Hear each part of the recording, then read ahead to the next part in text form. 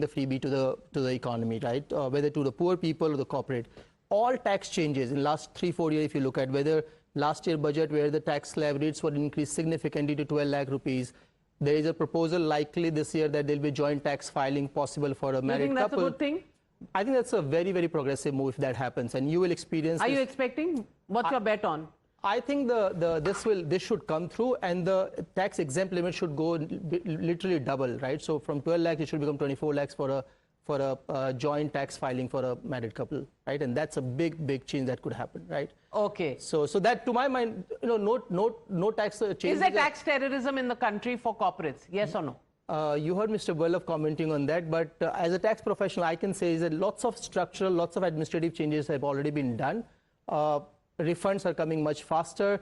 Tax audits are happening in a more structured manner. I would say that it's much less now than it was about 10 years ago. That's how you might. Tax terrorism is less now than it was 20 years ago. Well, now Sanjay Jha and Mr. Saravanan probably hearing this. But before I come to you, Mr. Saravanan, Karthik calling in from Bengaluru. Karthik, what is your expectation? Hello. Yes, Karthik.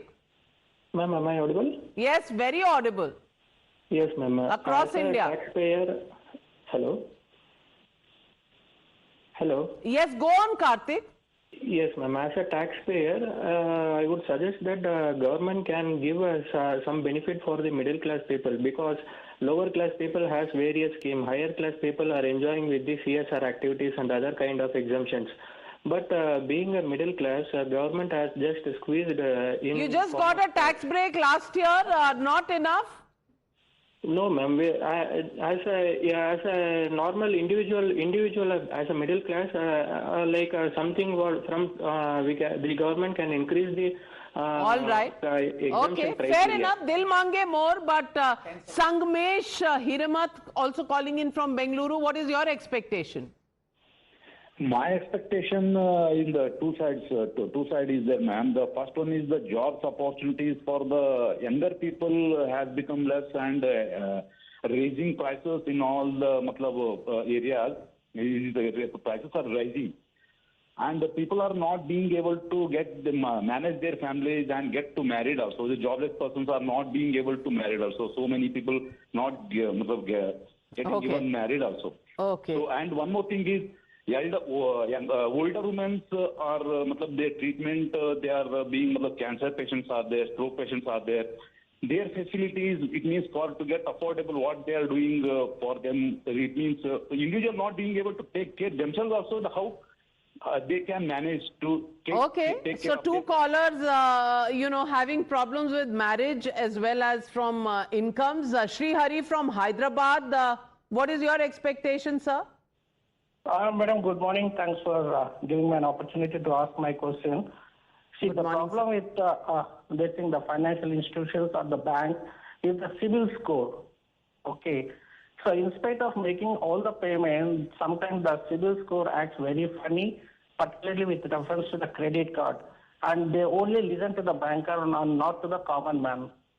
So there should be some process like so banking reforms, the more we are hearing this, the more there is some issue with the banking reforms. Well, thank you very much for bringing that to our notice, and we will pass these on to Finance Ministry. But Anand Ranganathan, yes. Because I see all the time the middle class grouse, and I think it's quite legitimate as well. I think, but can I suggest something dramatic that would assuage the people who pay tax? Which is their permanent grouse, legitimate one, is that they don't savor the rewards when they are taxed. So I think maybe, I don't know, it's probably never going to happen, but 10% of all tax that anyone pays should go back to his or her locality and the municipality or the council for the improvement of that particular place where that person is staying. Well, there is, even if Bihar elections are over, there is no ban on being Mungeri Lal.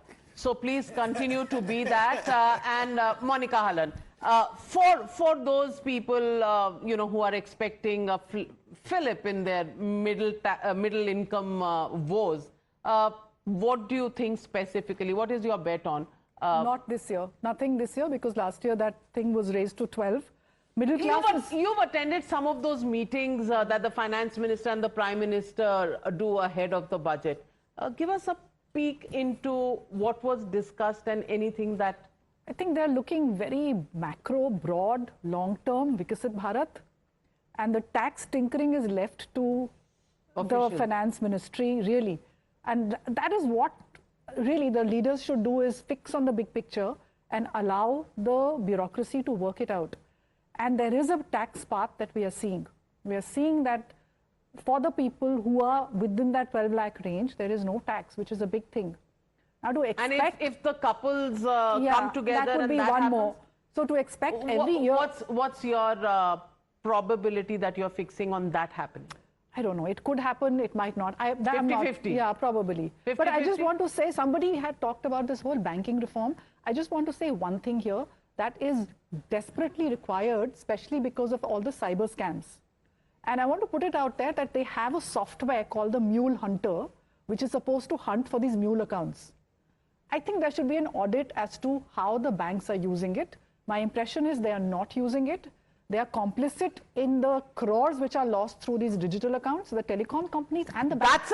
That's a big statement Monica Hallan is making. Mule accounts, the banks are complicit with the fraudsters who are doing cyber fraud on these funds. Well, I don't know if anybody in the finance ministry is going to take note of this one, but this could be huge as far as middle classes who think their money is safe in banks and who are being taken for a ride every time. But just a minute before we go into the budget speech, I want to play out the expectation of one of the top opposition leaders we have in the parliament, Chief of Samajwadi Party, Akhilesh Yadav. Let's listen into what he's expecting.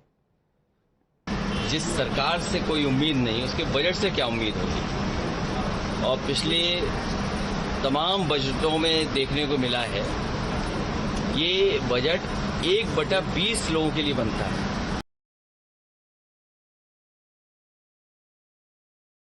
यानी 5% लोगों के साथ। और आज सरकार को ये भी सोचना चाहिए पीछे मुड़ करके कि जो वादे उन्होंने किए थे अपने घोषणा पत्र में, क्या उन पे खरे उतरे हैं? The best man yet, no expectations from the budget. And Jaggi, what is going to be the reaction after budget? Of opposition? Of the opposition. Oh, that you already seen it. You don't need to give them more space. Before or after. Yeah. Is the same. And not the BJP. BJP will say it's the next best thing after sliced bread. So you forget that. This points, though, to a real flaw in our democratic system, that there is no constructive criticism. There's no debate, no discussion. No, the debate just begins on the floor of the House. Slogan hearing there already in Parliament. The Speaker takes center stage. वित्त मंत्री श्रीमती निर्मला सीतारमन जी।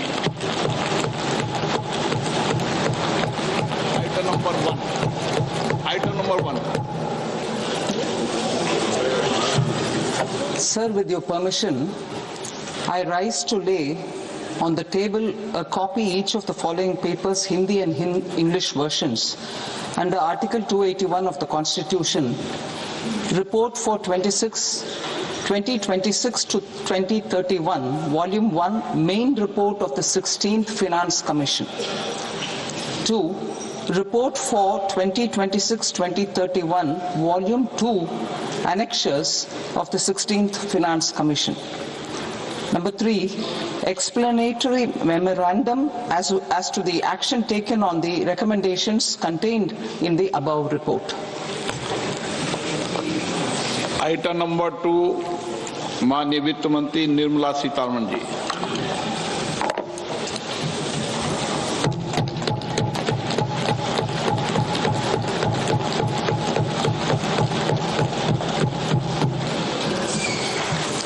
Honorable Speaker, sir, on the sacred occasion of Magh Purnima and the birth anniversary of Guru Ravidas, I present the budget for the year 2026-2027. Since we assumed office 12 years ago, India's economic trajectory has been marked by stability, fiscal discipline, sustained growth, and moderate inflation.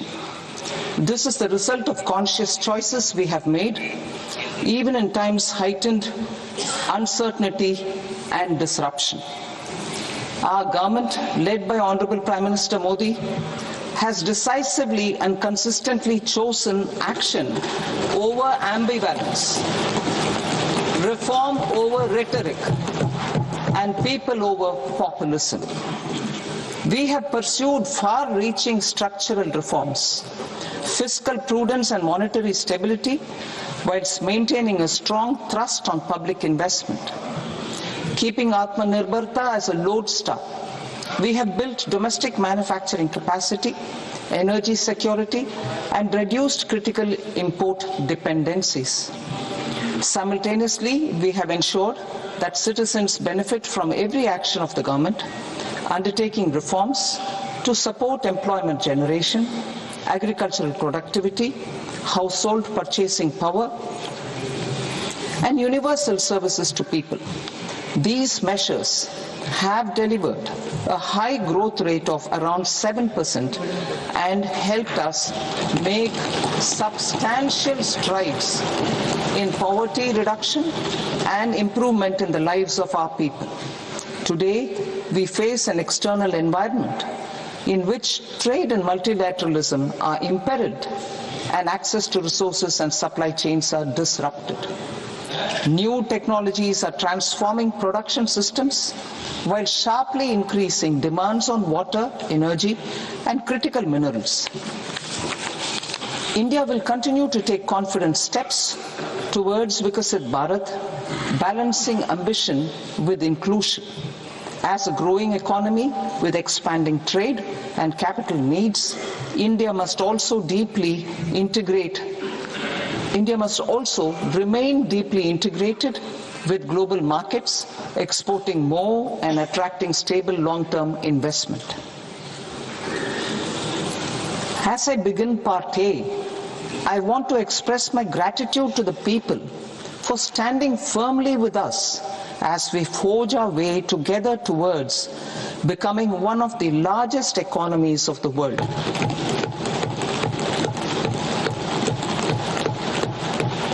Our aim is to transform aspiration into achievement and potential into performance as we ensure that the dividends of growth reach every farmer, the scheduled caste, the scheduled tribes, the nomads, the youth, the poor, and the women.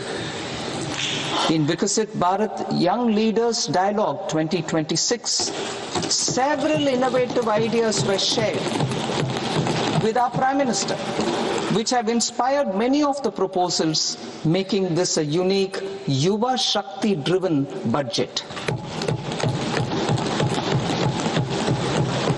Our government's sankalp is to focus on our poor, underprivileged, and the disadvantaged. To deliver on this sankalp, and given that this is the first budget prepared in Kartavya Bhavan, we are inspired by three Kartavya. Our first Kartavya is to accelerate and sustain economic growth by enhancing productivity and competitiveness and building resilience to volatile global dynamics. Our second Kartavya is to fulfill aspirations of our people and build their capacity, making them strong partners in India's path to prosperity. Our third Kartavya, aligned with our vision of Sabka Saath, Sabka Vikas, is to ensure that every family, community, region, and sector has access to resources, amenities, and opportunities for meaningful participation. This threefold approach requires a supportive ecosystem. The first requirement is to sustain the momentum of structural reforms, continuous, adaptive, and forward-looking. Second, a robust and resilient financial sector is central to mobilizing savings, allocating capital efficiently, and managing risks. Third, cutting-edge technologies, including AI applications, can serve us as force multipliers for better governance. Reform Express. Our government has undertaken comprehensive reforms towards creating employment, boosting productivity, and accelerating growth. After the Prime Minister's announcement on Independence Day in 2025, over 350 reforms have been rolled out. This includes GST simplification, notification of labor codes, and rationalization of mandatory quality control orders. High-level committees have been formed, and in parallel, the central government is working with the state governments on deregulation and reducing compliance requirements.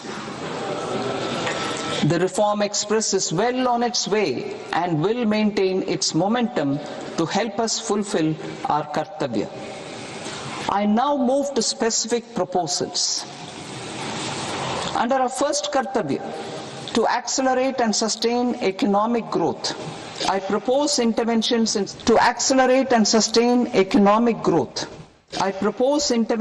6 areas. 1.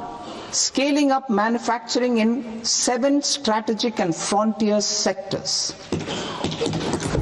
2. Rejuvenating legacy industrial sectors. 3. Creating champion MSMEs. 4. Delivering a powerful push for infrastructure. 5. Ensuring long-term security and stability. And 6. Developing city economic regions. Scaling up of manufacturing in 7 strategic and frontier sectors. Biopharma Shakti, meaning biopharma strategy for health advancement through knowledge, technology, and innovation.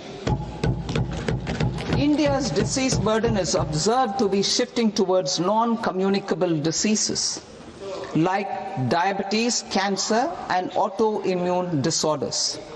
Biologic medicines are key to longevity and quality of life at affordable costs.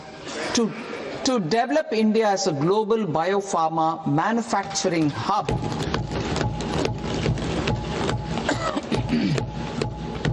I propose the Biopharma Shakti with an outlay of 10,000 crores over the next 5 years. This will build the ecosystem for domestic production of biologics and biosimilars. The strategy will include a biopharma-focused network with 3 new national institutes of pharmaceutical education and research, popularly known as NIPERs, and upgrading 7 existing ones. It will also create a network of 1,000 accredited India clinical trials sites. We propose to strengthen the Central Drug Standard Control Organization to meet global standards and approve timeframes through approval timeframes through a dedicated scientific review cadre and specialists. India's Semiconductor Mission 1.0 expanded India's semiconductor sector capabilities. Building on this, we will launch ISM 2.0 to produce equipment and materials, design full-stack Indian IP, and fortify supply chains. We will also focus on industry-led research and training centers to develop technology and skilled workforce. The Electronics Components Manufacturing Scheme, launched in April 2025 with an outlay of 22,919 crores, already has investment commitments at double the targets. We propose to increase the outlay to 40,000 crores to capitalize on this momentum.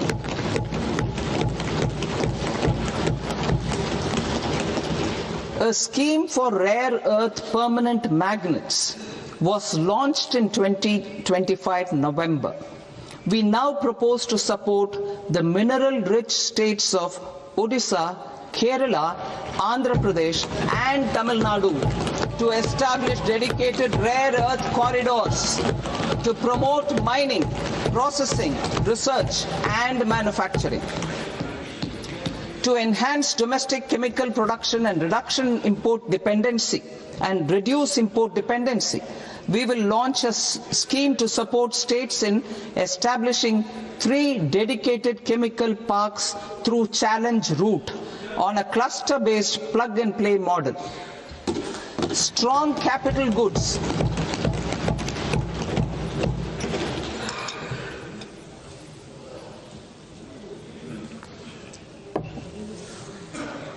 Strong capital goods capability is a determinant of productivity and quality across different sectors.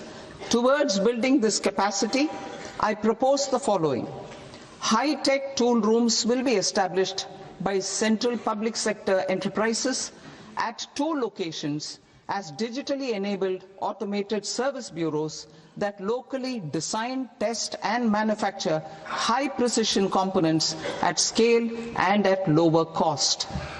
2. A scheme for enhancement of construction and infrastructure equipments will be introduced to strengthen domestic manufacturing of high value and technologically advanced CIE.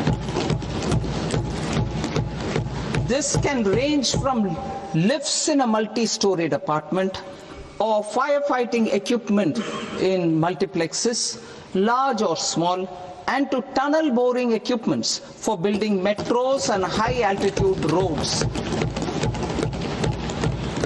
I also propose a scheme for container manufacturing to create a globally competitive container manufacturing ecosystem with a budgetary allocation of 10,000 crores over a 5-year period. For the labor-intensive textile sector, I propose an integrated program with 5 subparts. 1. The National Fiber Scheme for self-reliance in natural fibers, such as silk, wool and jute, man-made fibers and new age fibers. Textile expansion and employment scheme to modernize traditional clusters with capital support for machinery, technology upgradation and common testing and certification centers. 3. The National Handloom and Handicraft Program to integrate and strengthen existing schemes and ensure targeted support for weavers and artisans.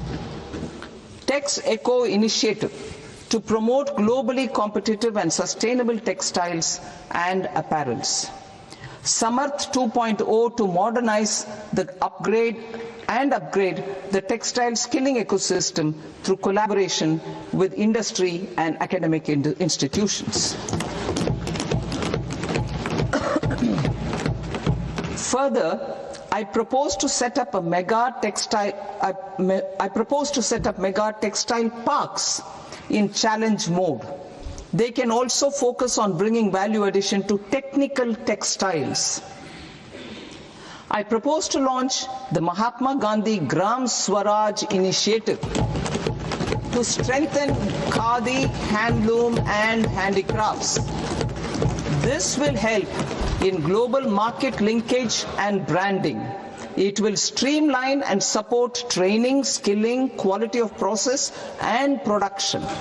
This will benefit our weavers, village industries, One District, One Product ODOP initiative and also our rural youth.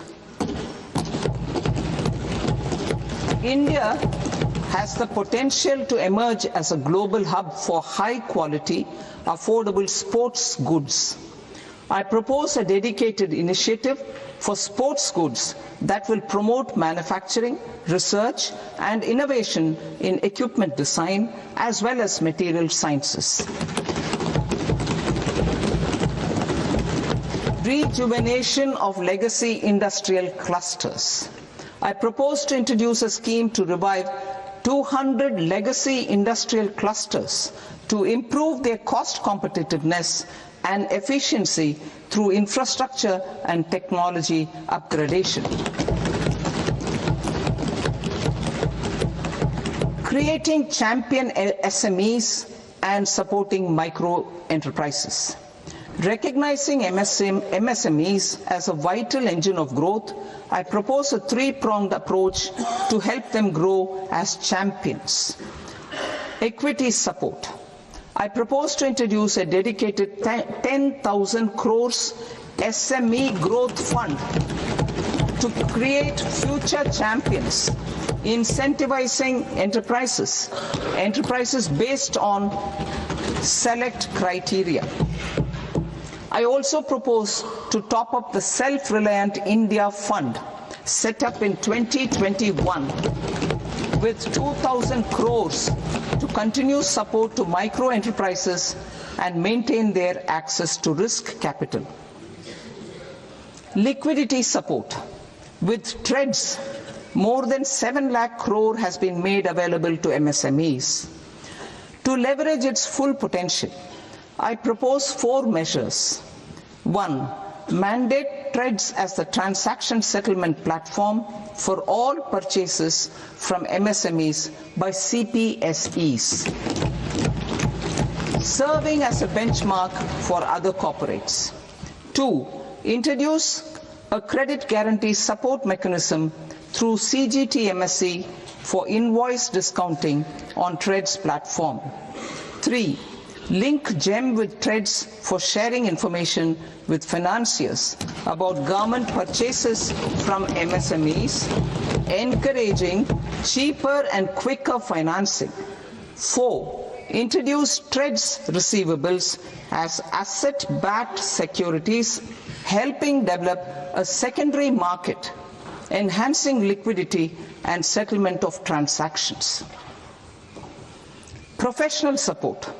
Government will facilitate professional institutions such as the ICAI, ICSI, ICMAI to design short-term modular courses and practical tools to develop a cadre of corporate mitras, especially in Tier 2 and Tier 3 towns.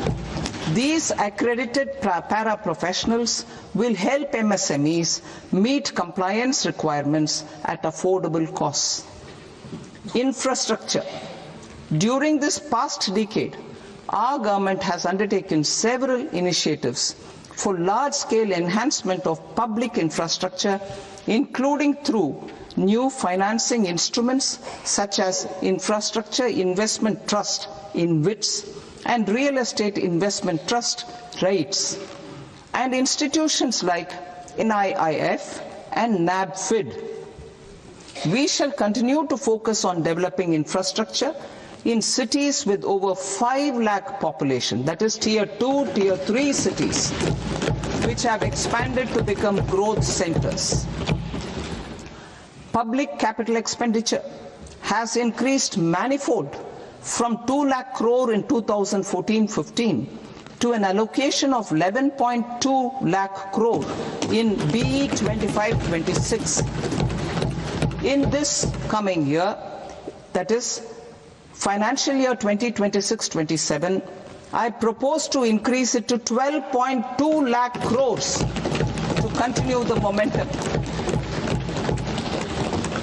To strengthen the confidence of private developers regarding risks during infrastructure development and construction phase, I propose to set up an infrastructure risk guarantee fund to provide prudentially calibrated partial credit guarantee to lenders.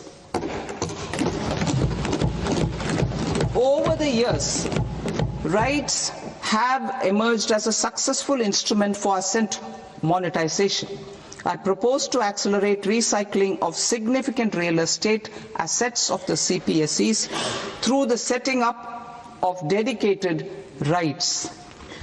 To promote environmentally sustainable movement of cargo, I propose to 1. Establish new dedicated freight corridors connecting Dankuni in the east to Surat in the west. operationalize 20 new national waterways over the next 5 years, starting with National Waterways 5 in Orissa to connect mineral-rich areas of Talcher and Angul and industrial centers like Kalinga Nagar to the ports of Paradeep and Dhamra. Training institutes will be set up as regional centers of excellence for development of required manpower for these waterways. This will benefit youth in the entire stretch of the waterways to train and acquire skills. Further, a ship repair ecosystem catering to inland waterways will also be set up at Varanasi and Patna. And C, launch a coastal cargo promotion scheme for incentivizing a modal shift from rail to road to increase the share of inland waterways and coastal shipping from 6% to 12% by 2047. To enhance last mile and remote connectivity and promote tourism, I propose to give incentives to indigenize manufacturing of seaplanes. A seaplane VGF scheme will be also introduced to provide support for operations. Carbon capture, utilization and storage. Aligning with the roadmap launched in December 2025, the carbon capture,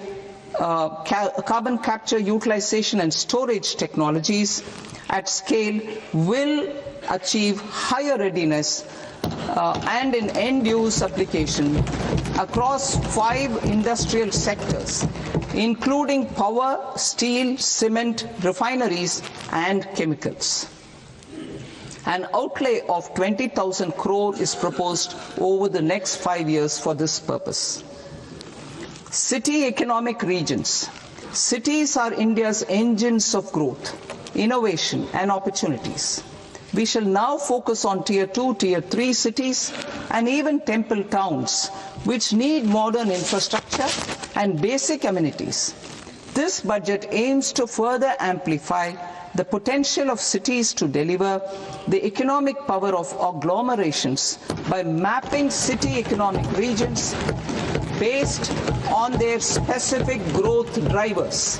An allocation of 5,000 crore per CER over 5 years is proposed for implementing their plans through a challenge mode with a reform-cum-result-based financing mechanism.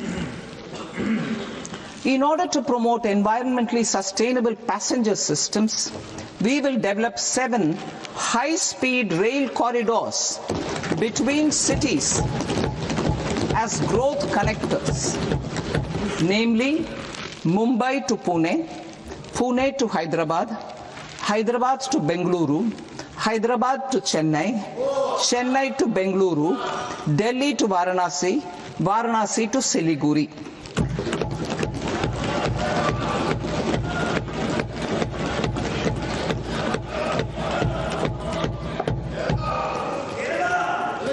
Financial sector.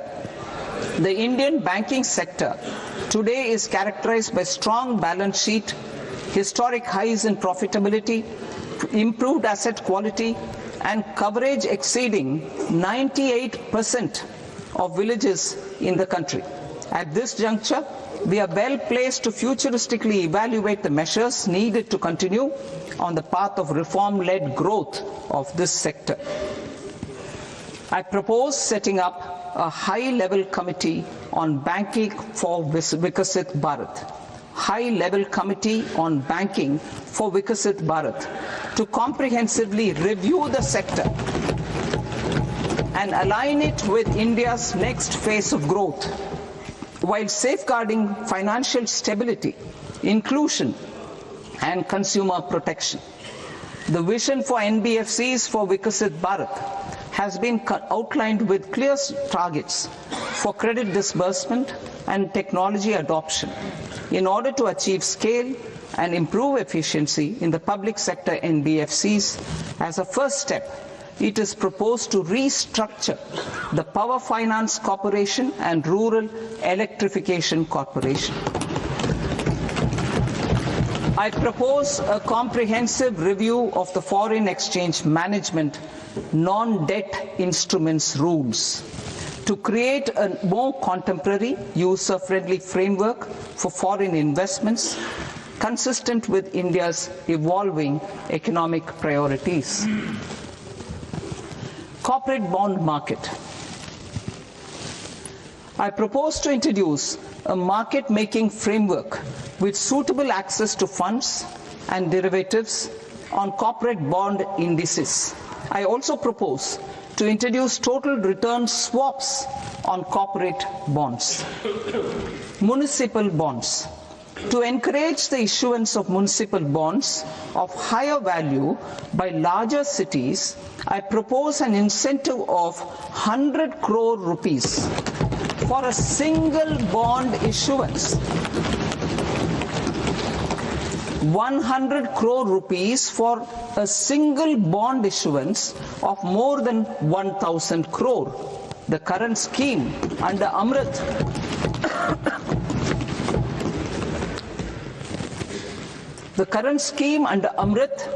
which incentivizes issuances up to 200 crores only, will also continue to support smaller and medium towns. That will also continue to support the smaller and medium towns. Ease of doing business. Individual persons resident outside India, PROI, will be permitted to invest in equity instruments of listed Indian companies through the portfolio investment scheme. It is also proposed to increase the investment limit for an individual PROI under the scheme from 5% to 10%, with an overall investment limit for all individual PROIs to 24% from the current 10%. Emerging technologies including AI. 21st century is technology driven. Adoption of technology is for the benefit of all people. Farmers in the field, women in STEM, youth keen to upskill, and Divyangjan to access newer opportunities. The government has taken several steps to support new technologies through AI Mission, National Quantum Mission, Anusandhan National Research Fund, and Research and Development and Innovation Fund. Our second kartavya is to fulfill aspirations and build capacities. Close to 25 crore individuals have come out of multi-dimensional poverty through a decade of our government's sustained and reform-oriented efforts.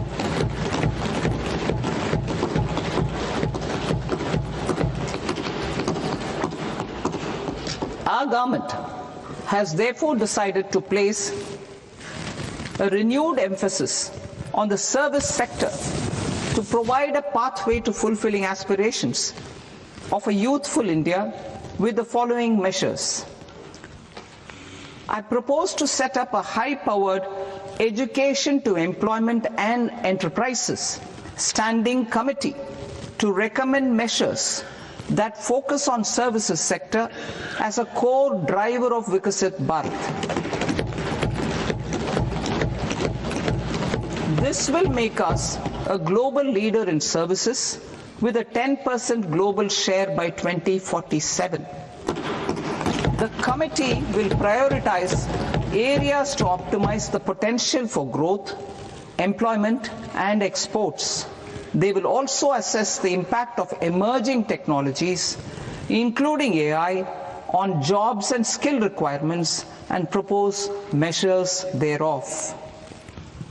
To create a range of skilled career pathways, a new range of skilled career pathways for our youth, I propose interventions in the following sectors. Health. Existing institutions for allied health professionals will be upgraded and new AHP institutions established in private and government sectors. This will cover 10 selected disciplines, including optometry, radiology, anesthesia, OT technology, applied psychology and behavioral health, and add 1 lakh AHPs over the next 5 years. A strong care system covering geriatric and allied care services will be built. A variety of NSQF-aligned programs will be developed to train multi-skilled caregivers, combining core care and allied skills such as wellness, yoga, and operation of medical assistive devices. In the coming year, 1.5 lakh caregivers will be trained.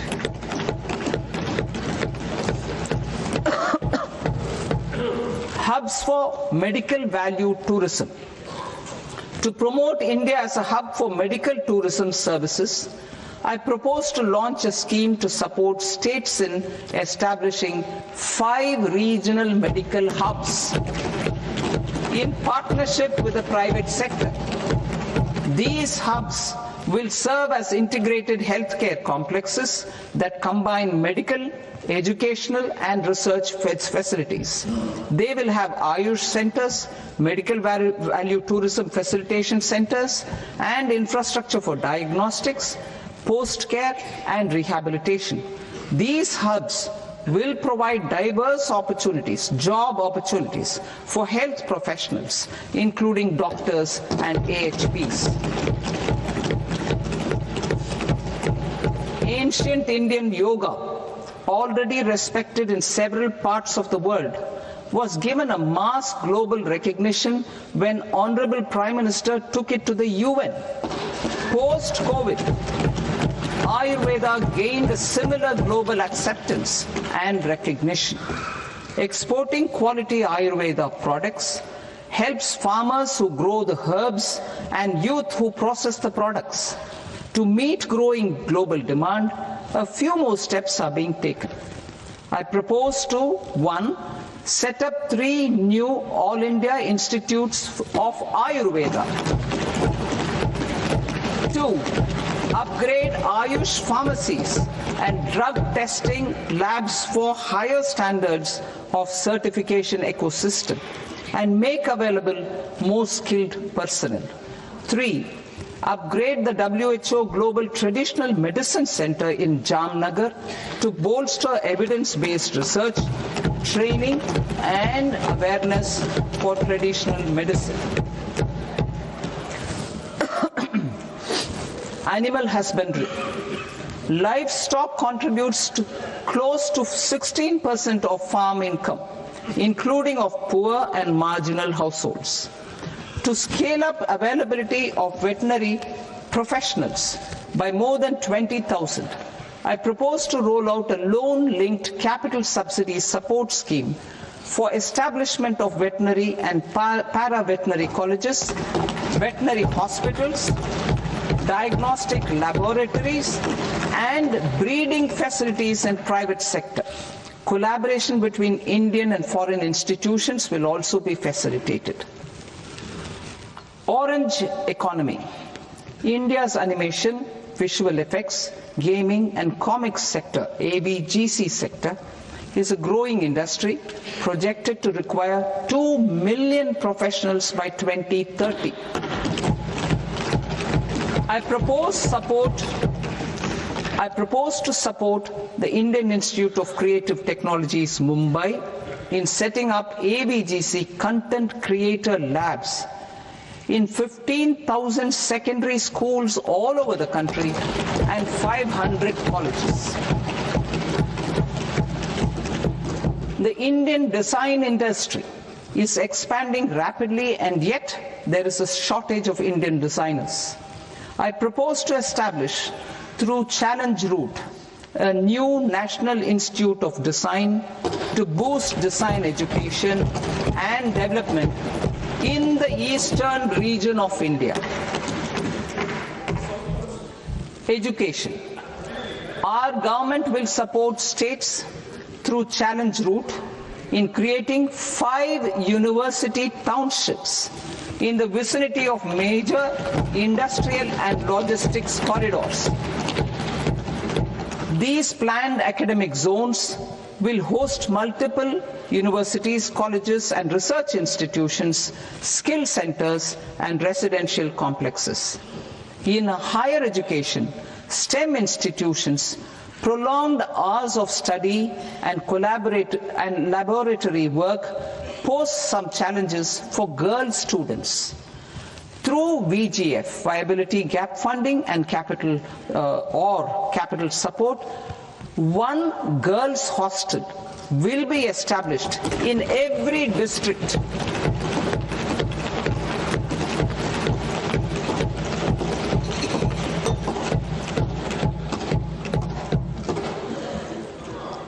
To promote astrophysics and astronomy via immersive experiences. 4 telescope infrastructure facilities will be set up or upgraded. The National Large Solar Telescope, the National Large Optical Infrared Telescope, the Himalayan Chandra Telescope, and the Cosmos 2 Planetarium. Tourism. The tourism sector has the potential to play a large role in the employment generation, forex earnings, and expanding the local economy. I propose to set up a National Institute of Hospitality by upgrading the existing National Council for Hotel Management and Catering Technology. It will function as a bridge between academia, industry, and government. I also propose a pilot scheme for upskilling 10,000 guides in 20 iconic tourist sites through a standardized, high-quality, 12-week training course in hybrid mode in collaboration with the Indian Institute of Management.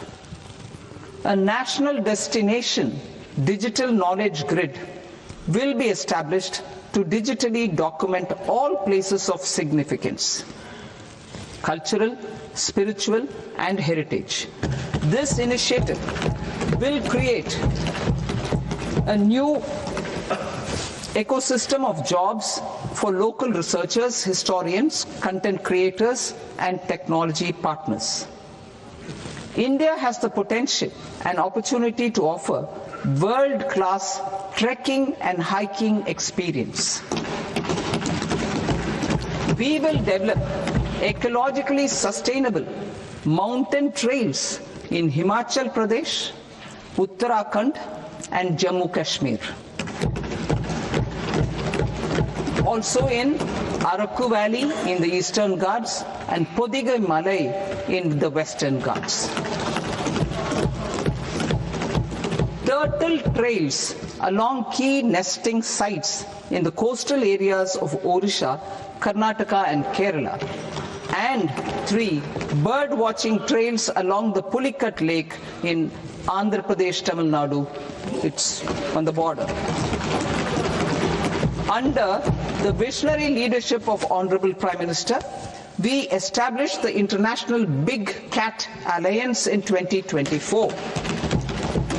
This year, India is hosting the first ever Global Big Cat Summit, where heads of governments and ministers from 95 range countries will deliberate on collective strategies for conservation. Heritage and culture tourism. I propose to develop 15 archaeological sites, including Lothal, Dolavira, Rakigadi, Adichanallur, Saranath, Hastinapur, and Leh Palace into vibrant experiential cultural destinations. Excavated landscapes will be open to the public through curated walkways. Immersive storytelling skills and technologies will be introduced to help conservation labs, interpretation centers, and guides. The sports sector provides multiple means of employment, skilling and job opportunities. Taking forward the systematic nurturing of sports talent which is set in motion through the Khelo India program earlier, I propose to launch a Khelo India mission to transform the sports sector over the next decade. The mission will facilitate an integrated talent development pathway supported by training centers which are foundational, intermediate and elite levels. B, systematic development of coaches and support staff. C, integration of sports science and technology. D, competitions and leagues to promote sports culture and provide platforms. And E, development of sports infrastructure for training and competition. Our third Kartavya aligns with our vision of Sabka Saath Sabka Vikas towards Vikasit Bharat. This requires targeted efforts for 1. Increasing farmer incomes through productivity enhancement and entrepreneurship, with special attention to small and marginal farmers. B. Empowering Divyangjan through access to livelihood opportunities, training and high-quality assistive devices. C. Empowering the vulnerable to access mental health and trauma care. D. Focus on the Purvodaya states and the Northeast region to accelerate development and employment opportunities. Fisheries. We will undertake initiatives for integrated development of 500 reservoirs and Amrit Sarovars. 2. Strengthen the fisheries value chain in coastal areas and enable market linkages involving startups and women-led groups together with fish farmer producer organizations. Animal husbandry. To provide quality employment opportunities in rural and peri-urban areas, we will support the animal husbandry sector in entrepreneurship development through A. A credit-linked subsidy program. B. Scaling up and modernization of livestock enterprises. C. Enhanced creation of livestock, dairy and poultry. Enhanced creation of livestock, dairy and poultry focused integrated value chains. And D. Encourage creation of livestock farmer producer organizations. High value agriculture. To diversify farm outputs, increase productivity, enhance farmers' incomes and create new employment opportunities, we will support high value crops such as coconut, sandalwood, cocoa, cashew in the coastal areas, agar trees in northeast, and nuts such as almonds, walnuts and pine nuts in our hilly regions. These, all of them, will be supported. India is the world's largest producer of coconuts. About 30 million people, including nearly 10 million farmers, depend on coconuts for their livelihood. To further enhance competitiveness in coconut production, I propose a coconut promotion scheme to increase production and enhance productivity through various interventions, including replacing and non-productive trees with new saplings or plants or varieties in major coconut growing states. A dedicated program is proposed for Indian cashew and cocoa to make India self-reliant in raw cashew and coconut production and processing, enhance export competitiveness, and transform Indian cashew and Indian cocoa into premium global brands by 2030. Sandalwood. Sandalwood is closely linked to India's social and cultural heritage. Our government will partner with state governments to promote focused cultivation and post-harvest processing to restore the glory of the Indian sandalwood ecosystem, to rejuvenate old, low-yielding orchards and expand high-density cultivation of walnuts, almonds, and pine nuts, we will support a dedicated program to enhance farmer incomes and in bringing value addition by engaging youth. Bharat Vistar, that is virtually integrated system to access agricultural resources. I propose to launch Bharat Vistar, a multilingual AI tool that shall integrate the AgriStack portals and the ICAR package on agricultural practices with AI systems. This will enhance farm productivity, enable better decisions for farmers, and reduce risk by providing customized advisory support. She Marts for rural women-led enterprises. Building on the success of Lakpati Didi program, I propose to help women take the next step from credit-linked livelihoods to being owners of enterprises. Self-help entrepreneur, She Marts will be set up as community-owned retail outlets within the cluster-level federations through enhanced and innovative financing instruments. Empowering Divyangjan. Divyangjan Kaushal Yojana. Information technology, AVGC sectors, hospitality and food and beverages sectors often offer task-oriented and process-driven roles which are suitable for Divyangjan. We will ensure dignified livelihood opportunities through industry-relevant and customized training specific to each Divyangjan group. Divyang Sahara Yojana. Timely access to high-quality assistive devices for all eligible Divyangjan is a fundamental need. I propose to 1. Support the Artificial Limbs Manufacturing Corporation of India, Alimco, to set up and to scale up production of assistive devices, invest in R&D and AI integration, strengthen PM Divyasha Kendras, and support setting up of assistive technology marts as modern retail style centers where Divyangjan and senior citizens can see, try and purchase assistive products. Reaffirming our commitment to mental health and trauma care. There are no national institutes for mental health care in North India. We will therefore set up a NIMHANS 2 and also upgrade national mental health institutes in Ranchi and in Tezpur as regional apex institutions.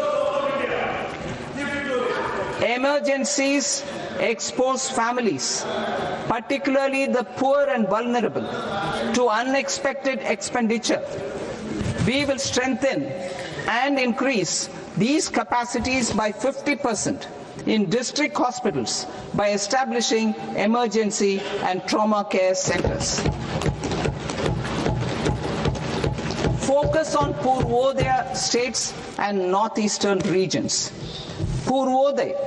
I propose the development of an integrated East Coast industrial corridor with a well-connected node at Durgapur, creation of 5 tourism destinations in 5 Purvodaya states, and the provision of 4,000 e-buses. Buddhist sites in northeastern region. The northeastern region is a civilizational confluence of Theravada and Mahayana or Vajrayana traditions.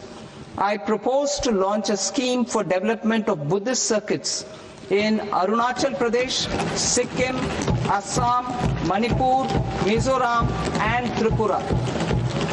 The scheme will cover preservation of temples and monasteries, pilgrimage interpretation centers, connectivity and pilgrim amenities. 16th Finance Commission.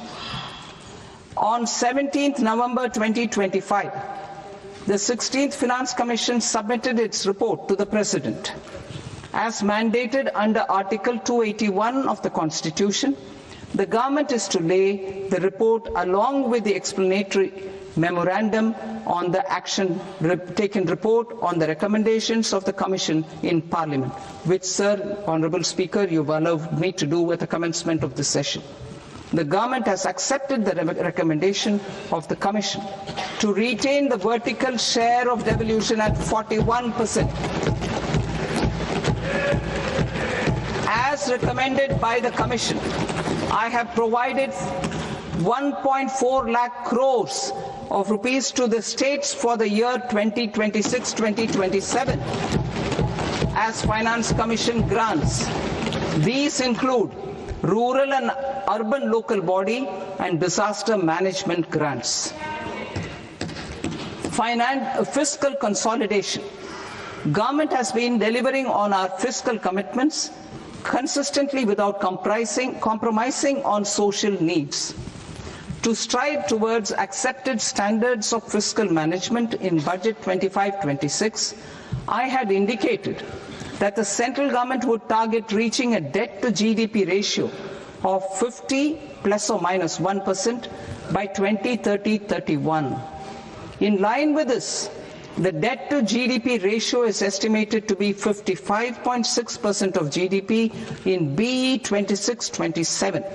compared to 56.1% of GDP in RE 25-26.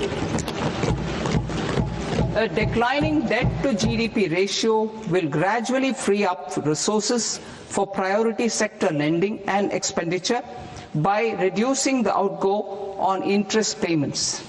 One of the main operational instruments for debt targeting is the fiscal deficit.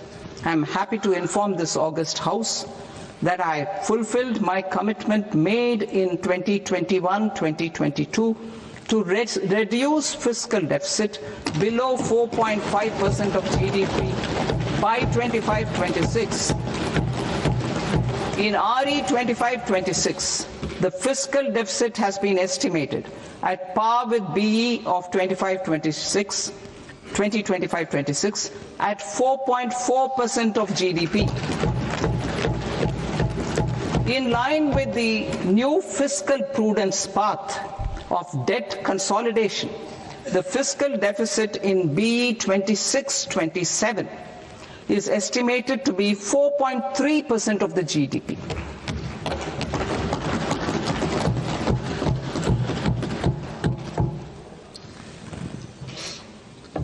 The revised estimates of the non-debt receipts are 34 lakh crore rupees, of which the centre's net tax receipts are 26.7 lakh crore. The revised estimate of the total expenditure is 49.6 lakh crore rupees, of which the capital expenditure is about 11 lakh crores. Budget estimates 2026 to 2027. Coming to 26-27, the non-debt receipts and the total expenditure are estimated as 36.5 lakh crore and 53.5 lakh crore respectively. The centre's net tax receipts are estimated at 28.7 lakh crore rupees. To finance the fiscal deficit, the net market borrowings from dated securities are estimated at 11.7 lakh crore rupees. The balance financing is expected to come from small savings and other sources. The gross market borrowings are estimated at 17.2 lakh crore rupees. I'll now move to Part B. Part B, direct taxes.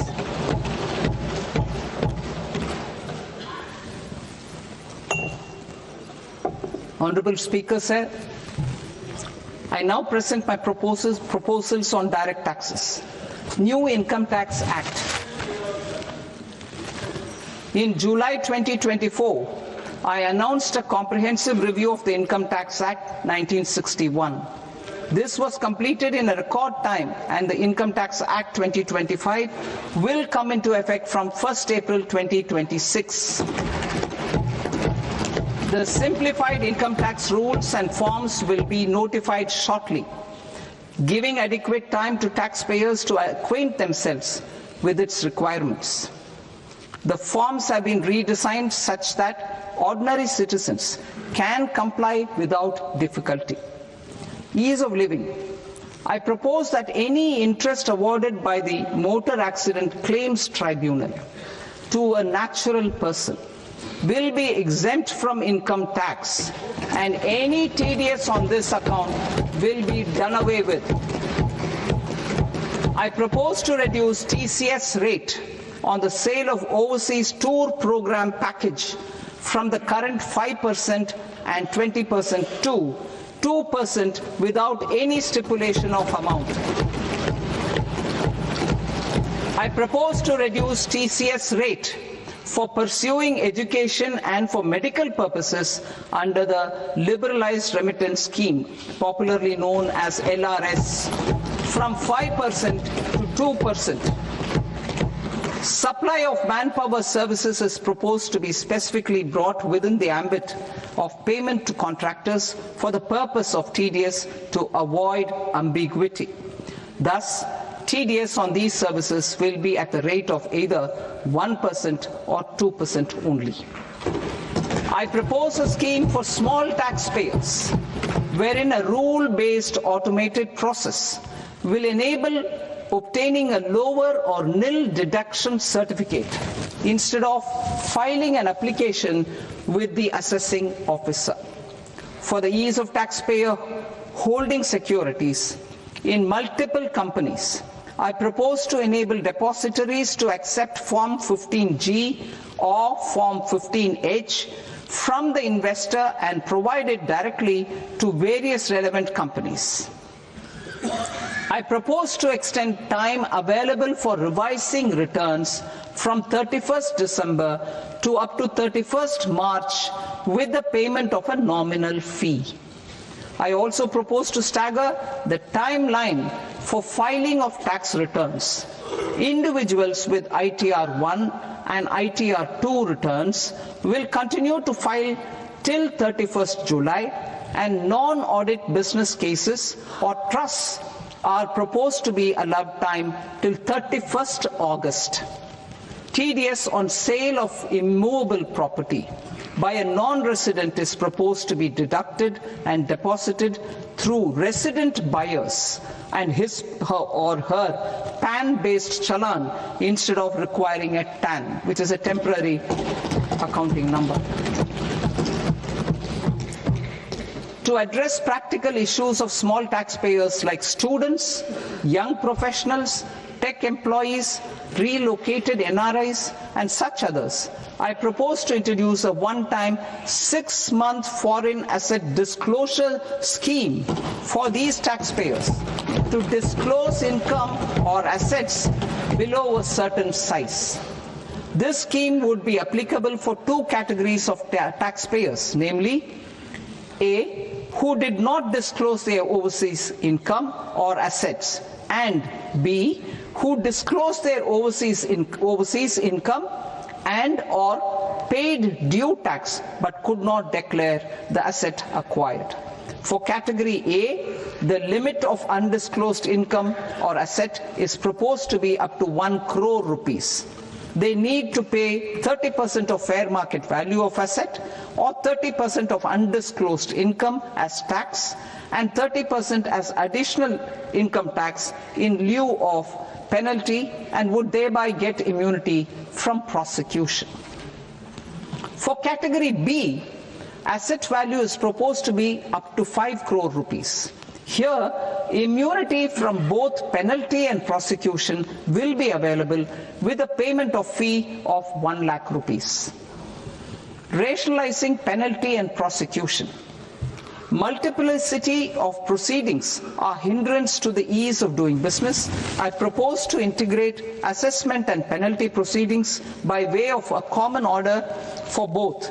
There will be no interest liability on the taxpayer on the penalty amount for the period of appeal before the first appellate authority, irrespective of the outcome of appeal process. Further, quantum of prepayment is being reduced from 20% to 10% and will continue to be calculated only on core tax demand. As an additional measure for reducing litigation, I propose to allow taxpayers to update their returns even after reassessment proceedings have been initiated, and an additional 10% tax rate over and above the rate applicable for the relevant year. The assessing officer will then use only this updated return in his proceedings. There is already a framework for immunity from penalty and prosecution in the cases of underreporting. I propose to apply this framework for immunity to misreporting too. However, in such a case, the taxpayer will need to pay 100% of the tax amount as an additional income tax over and above the tax and interest due. Penalties for certain technical defaults, such as failure to get accounts audited, non-furnishing of transfer pricing audit report, and default in furnishing statement for financial transactions are proposed to be converted into fee.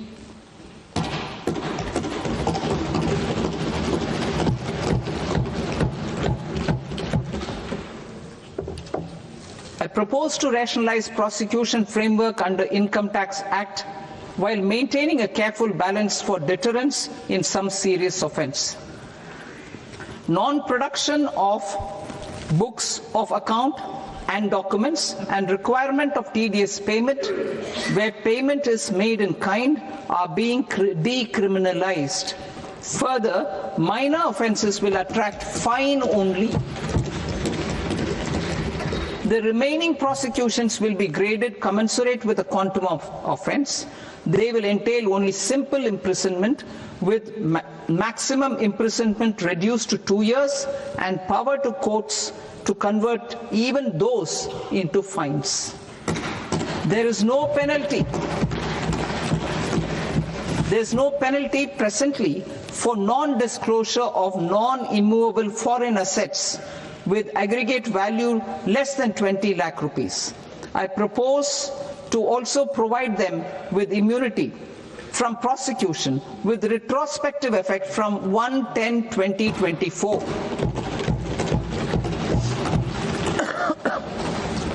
Cooperatives. Deduction is already allowed to a primary cooperative society engaged in supplying milk, oilseeds, fruits or vegetables raised or grown by its members. I propose to extend this deduction to also include supply of cattle feed and cotton seed produced by its members. I propose to allow inter-cooperative society dividend income as deduction under the new tax regime to the extent it is further distributed to its members. I further propose to allow exemption for a period of 3 years to dividend income received by a notified national cooperative federation on their investments made in companies up to 31/1/2026. This exemption would be allowed only for dividends further distributed to its member cooperatives. Supporting IT sector as India's growth engine. India is a global leader in software development services, IT-enabled services, knowledge process outsourcing services, and contract R&D services relating to software development. These businesses and their segments are quite interconnected with each other. All these services are proposed to be clubbed under a single category of information technology services with a common safe harbor margin of 15.5% applicable to all. The threshold for availing safe harbor for IT services is being enhanced substantially from 300 crore rupees to 2,000 crore rupees. Safe harbor for IT services shall be approved by an automated rule-driven process without any need for tax officer to examine and accept the application. Once applied by an IT services company, the same safe harbor can be continued for a period of 5 years at a stretch at its choice. For IT services companies who want to conclude advanced pricing agreement, APA, I propose to fast-track unilateral APA process for IT services and endeavour to conclude it within a period of 2 years. The period of 2 years can be extended by a further period of 6 months on taxpayers' request. I propose to extend the facility of modified returns available to the entity entering APA to its associated entities also. Attracting global business and investment. Recognizing the need to enable critical infrastructure and boost investment in data centers, I propose to provide tax holiday till 2047 to any foreign company that provides cloud services to customers globally by using data center services from India. It will, however, need to provide services to Indian customers through an Indian reseller entity. I also propose to provide a safe harbor of 15% on cost in case the company providing data center services from India is a related entity. To harness the efficiency of just-in-time logistics for electronic manufacturing, I propose to provide safe harbor to non-residents for component warehousing in a bonded warehouse at a profit margin of 2% of the invoice value. The resultant tax of about 0.7% will be much lower than in competing jurisdictions. To provide fillip to toll manufacturing in India, I propose to provide exemption from income tax for 5 years to any non-resident who provides capital goods, equipment or tooling to any toll manufacturer in a bonded zone. To encourage vast pool of global talent to work in India for a longer period of time, I propose to provide exemption to global, non-India sourced income of a non-resident expert for a stay period of 5 years under notified schemes. I propose to provide exemption from minimum alternate tax, the MAT, to all non-residents who pay tax on presumptive basis. Tax administration. I propose to constitute a joint committee of Ministry of Corporate Affairs and Central Board of Direct Taxes for incorporating the requirements of income computation and disclosure standards, the ICDS, in the Indian Accounting Standards, IND AS itself. Separate accounting requirement based on ICDS will be done away with from the tax year 27-28. To support Prime Minister Modi's vision of homegrown accounting and advisory firms to become global leaders, I propose to rationalize the definition of accountant for the purposes of safe harbor rules. Other tax proposals. Change in taxation of buyback was brought in to address the improper use of buyback route by promoters. In the interest of minority shareholders, I propose to tax buyback for all types of shareholders as capital gains. However, to disincentivize misuse of tax arbitrage, promoters will pay an additional buyback tax.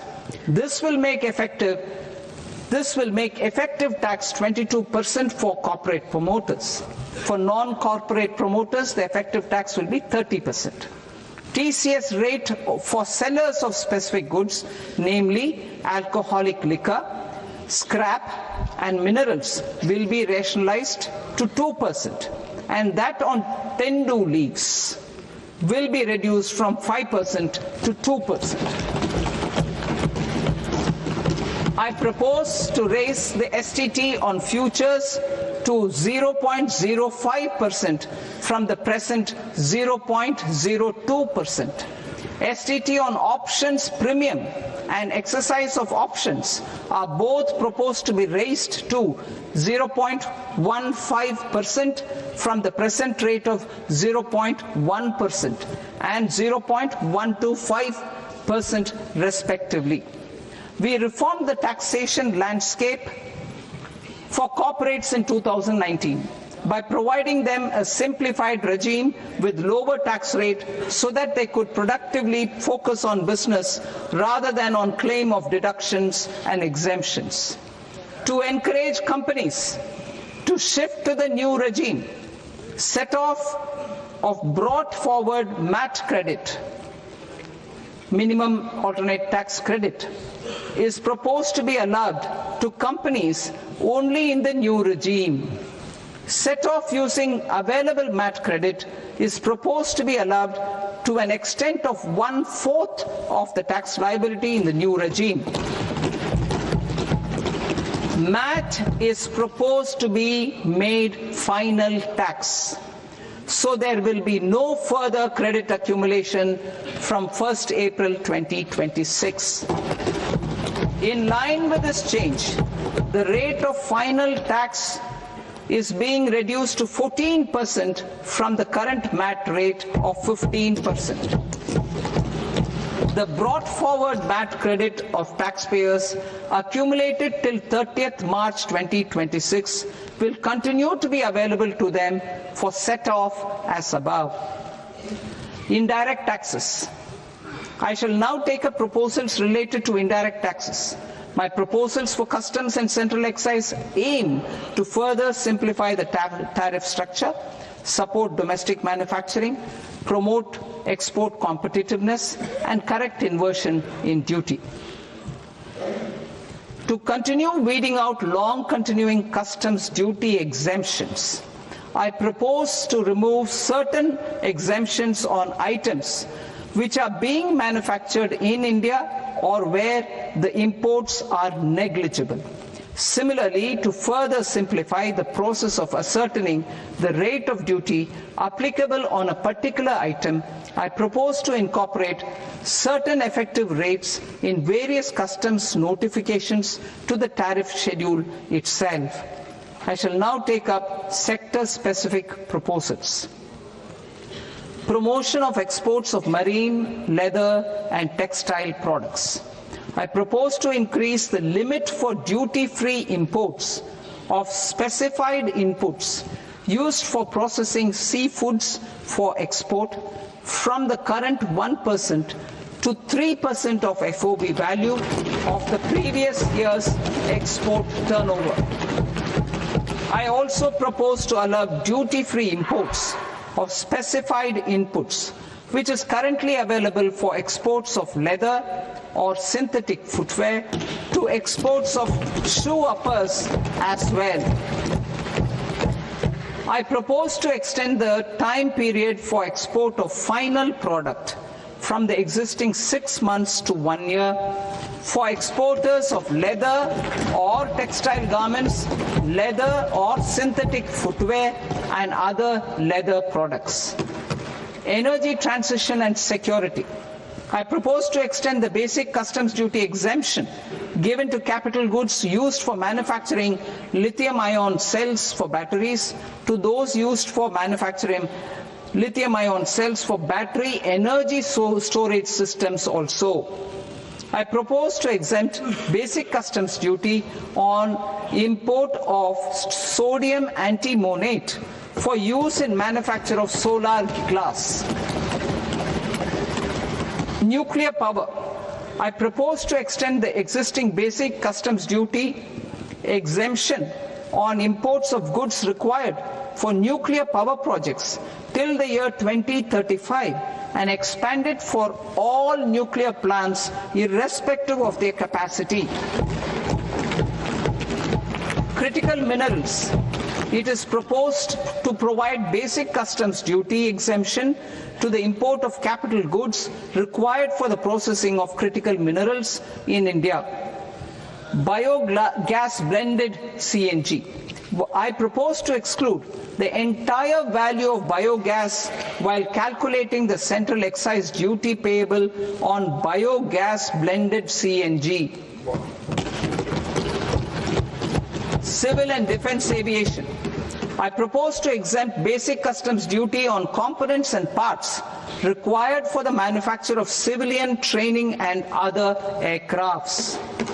It is proposed to exempt basic customs duty on raw materials imported for the manufacture of parts of aircraft to be used in maintenance, repair, or overall requirements by units in the defense sector. Electronics. To deepen value addition in the consumer electronics sector, I propose to exempt basic customs duty on specified parts used in the manufacture of microwave ovens. Special economic zone.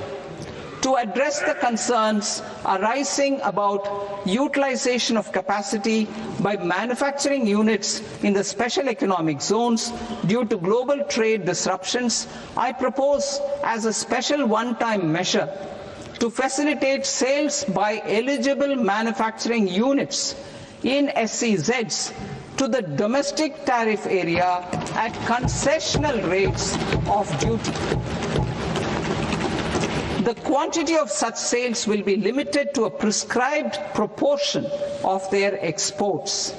Necessary regulatory changes will be undertaken to operationalize the measures while ensuring level playing field for the units working in the DTA.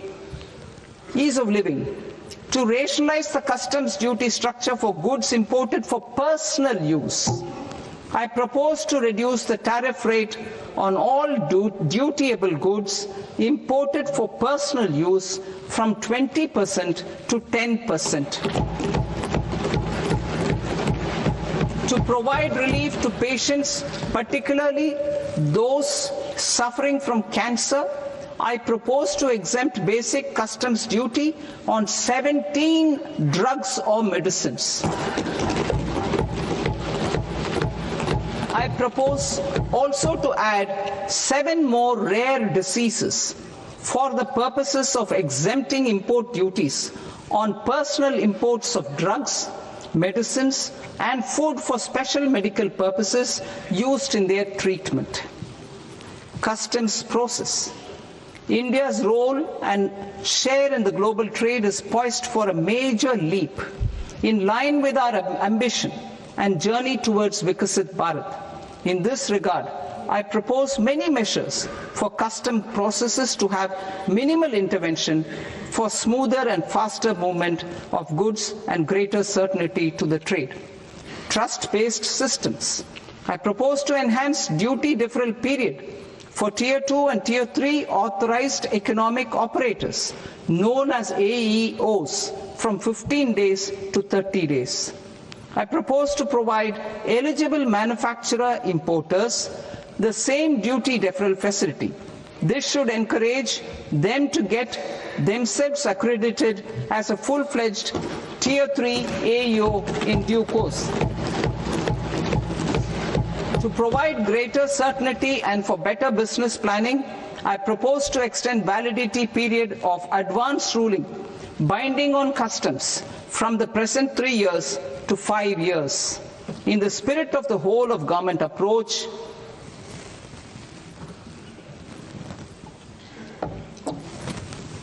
government agencies will be encouraged to leverage AEO accreditation for preferential treatment in clearing their cargo. Regular importers with trusted long-standing supply chains will be recognized in the risk system so that the need for verification of their cargo every time can be minimized. Export cargo using electronic sealing. Export cargo using electronic sealing will be provided through clearance from the factory premises to the ship. For import of goods not needing any compliance, Filing of bill of entry by a trusted importer and arrival of goods will automatically notify customs for completing their clearance formalities. This will enable goods to be released immediately on arrival. The customs warehouse framework will be transformed into a warehouse operator-centric system with a self-declarations, electronic tracking, and risk-based audit. These reforms will move away from the current system of officer-dependent approvals and reduce transaction delays and compliance costs. Ease of doing business. Approvals required for cargo clearance from various government agencies will be seamlessly processed through a single and interconnected digital window by the end of the financial year. Processes involved in clearance of food, drugs, plant and animal and wildlife products, accounting for about 70% of interdicted cargo, will be operationalized on this system by April 2026 itself. For goods not having any compliance requirement, clearance will be done by customs immediately after online registration is completed by the importer, subject to the payment of duty. Customs integrated system will be rolled out in 2 years as a single integrated and scalable platform for all customs processes. Utilization of non-intrusive scanning with advanced imaging and AI technology for risk assessment will be expanded in a phased manner with the objective to scan every container across all the major ports. New export opportunities to support Indian fishermen to fully harness the economic value of marine resources beyond our territorial waters. The following measures will be taken. A. Fish catch by an Indian fishing vessel in exclusive economic zone or on the high seas will be made free of duty. Landing of such fish on foreign port will be treated as export of goods. Safeguards will be put in place to prevent misuse during fish catch, transit or transshipment. To support aspirations of India's small businesses, artisans and startups to access global markets through e-commerce, I am pleased to announce complete removal of the current value cap of 10 lakh rupees per consignment on courier exports. In addition, handling of rejected and returned consignments will be improved with effective use of technology for identifying such consignments. I propose to revise provisions governing baggage clearance during international travel to address genuine concerns of passengers. The revised rules will enhance duty-free allowances in line with the present-day travel realities and provide clarity in temporary carriage of goods brought in or taken out. There are honest taxpayers who are willing to settle disputes by paying all their dues, but they get deterred due to negative connotation associated with penalty. They will now be able to close cases by paying an additional amount in lieu of penalty. Honorable Speaker, sir, with this, I commend the budget to this august House. Jai Hind.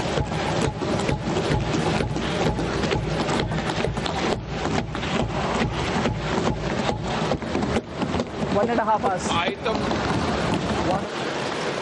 Item number 3 माननीय वित्त मंत्री जी।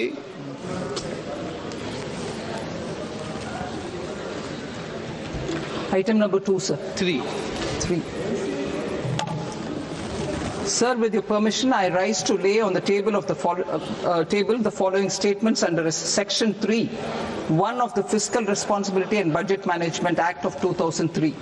Medium-term fiscal policy cum fiscal policy strategy statement and macroeconomic framework statement. Item number 4, माननीय वित्त मंत्री जी। Sir, with your permission, I move for leave to introduce the Finance Bill 2026. प्रश्न ये कि विधेयक को पुनर्स्थापित करने की अनुमति प्रदान की जाए। जो सदस्य इस पक्ष में हाँ गए, जो सदस्य विरोध में ना गए, मेरे विचार में निर्णय हाँ वालों के पक्ष में, हाँ वालों के पक्ष में अनुमति प्रदान की जाती है। माननीय मंत्री जी, आप विधेयक पूरे स्थापित करें। Sir, I introduce the bill.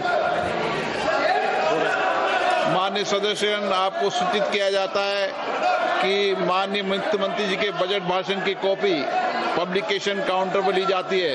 Budget भाषण और बजट से संबंधित दस्तावेज आपके मोबाइल फोन और मेंबर पोर्टल्स पर ही उपलब्ध है। सभा की कार्रवाई कल सोमवार दिनांक 2 फरवरी 2026 को प्राप्त 11 बजे तक के लिए स्थगित की जाती है।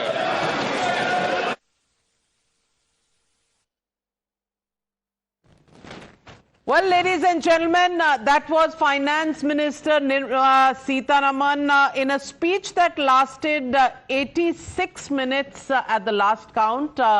Among the shorter speeches, she has once done a 2 hours and 40-minute speech as well. The big announcements in the budget, some structural reforms, some infrastructure spending, a lot of emphasis that is being given to sectors where India can make a difference. But let's take a quick reaction around the table for what their biggest takeaways in this election were all about. The markets, as you can see, right now still trying to decipher. It is 1,000 points down, not really a big thumbs up yet. We're still waiting to watch how the markets react. But right now in the red. Monica Hallan, for you, biggest takeaway this budget, do you think it sets the pace for the kind of structural change in the growth momentum? I think it's a work in progress budget. It is more, it's just like continuation of what has been happening in the past. I think the big story has played out already. This is just the nitty-gritty.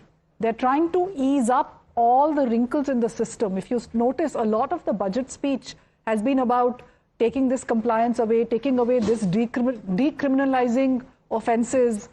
So I think it's really in that place. The reason markets are down is because they have increased the STT on futures and options. From 0.002 to 0.005, is that a lot? No, in the sense this is bad for speculators and traders more than pure investors. It's just that there was a promise made long back by then Finance Minister Chidambaram that we will make your long-term capital gains zero if there is a STT. But then STT has remained and capital gains has come back. I am just glad that they have not tinkered with the rate right now. There was a pressure to increase the capital gains on equity. That they have not done. So, see, there's no big tinkering with the taxes as expected. So it's really a work in progress. If you're a common lady at home looking to ease up the pressure on her wallet, as a household, do you think there are any big announcements? The inflation number is the lowest that I can remember. So I don't know where this complaint of no, this is not a complaint. It's always an expectation. No, but look, your inflation rate is the lowest that I can remember. So if you take gold out of the CPI, you're actually in negative territory. The real return that you're getting on fixed deposit is the highest that I can ever remember. So there is an inflation expectation built in our heads, which is not really what we are seeing in the CPI data. Okay, all right. So Anand Ranganathan, if you were in my shoes, what would your headline be today? You remove the shoes and hit the finance. Terribly large shoes to fill. Yeah, I have a large size. No, look. I think today's budget, I would rate 8 out of 10. And I'll tell you why. It's about rearranging deck chairs at 2 locations. One is rearranging deck chairs so to look at the sunrise or the sunset or in front of the ocean, relax and watch India progress. And the other is rearranging deck chairs on the Titanic. as far as rearranging deck chairs on the Titanic is concerned, there is nothing about privatization, nothing about disinvestment. It is about restructuring public sector units. As I said, restructuring PSUs that take up about 20% of our annual allocation or budget is like rearranging deck chairs on Titanic. But as far as rearranging deck chairs to look at India progress, sunrise, I think there are a few very great decisions, I would say. Pharma sector gets a big fillip. You have the tax. The bio-organic pharma sector. Yes, I think that's the natural, great for drugs. And I think it's opening up this sector, which is very important. Drugs, pharmaceuticals. There are, I think, import relaxations on cancer drugs. So that sector has been addressed. A lot of other sectors have been addressed. For example, data centers, you have a tax break till 2047. That's a good thing. That will be a fillip. But at the end of the day, please remember that you have already very few jigsaws to play with. I mean, 25%. Well, I don't know which jigsaw the markets are looking at. Yeah. At the moment, almost 200 points or thereabouts down. 1,594 points down. Yes. That's not a good sign, Anand. Or would you worry about it? Or no, I would not particularly worry about it. What were they expecting that would have raised it? Jaggi? Yeah, I think the markets have been going down for a while, except for the domestic institutions which are anyway buying a lot of shares. There are others were selling, so it was bound to go down. I think the market was expecting some kind of accommodation on LTCG or some other tax gains, which have not come. So it's more a mismatch of expectations rather than anything real. Don't worry, tomorrow they'll recalibrate, start looking at the fine print and do the right things. Market to better hota. Yeah. So my broad take was this budget is about continuing with a direction, not about speed.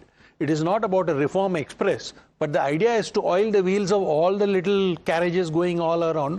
Its philosophy is that if you make multiple small improvements in multiple places, ultimately the net result will add up to something exponential, is the hope. Okay, so it's about fixing the plumbing, removing the corroded pipes and ones that is choking growth.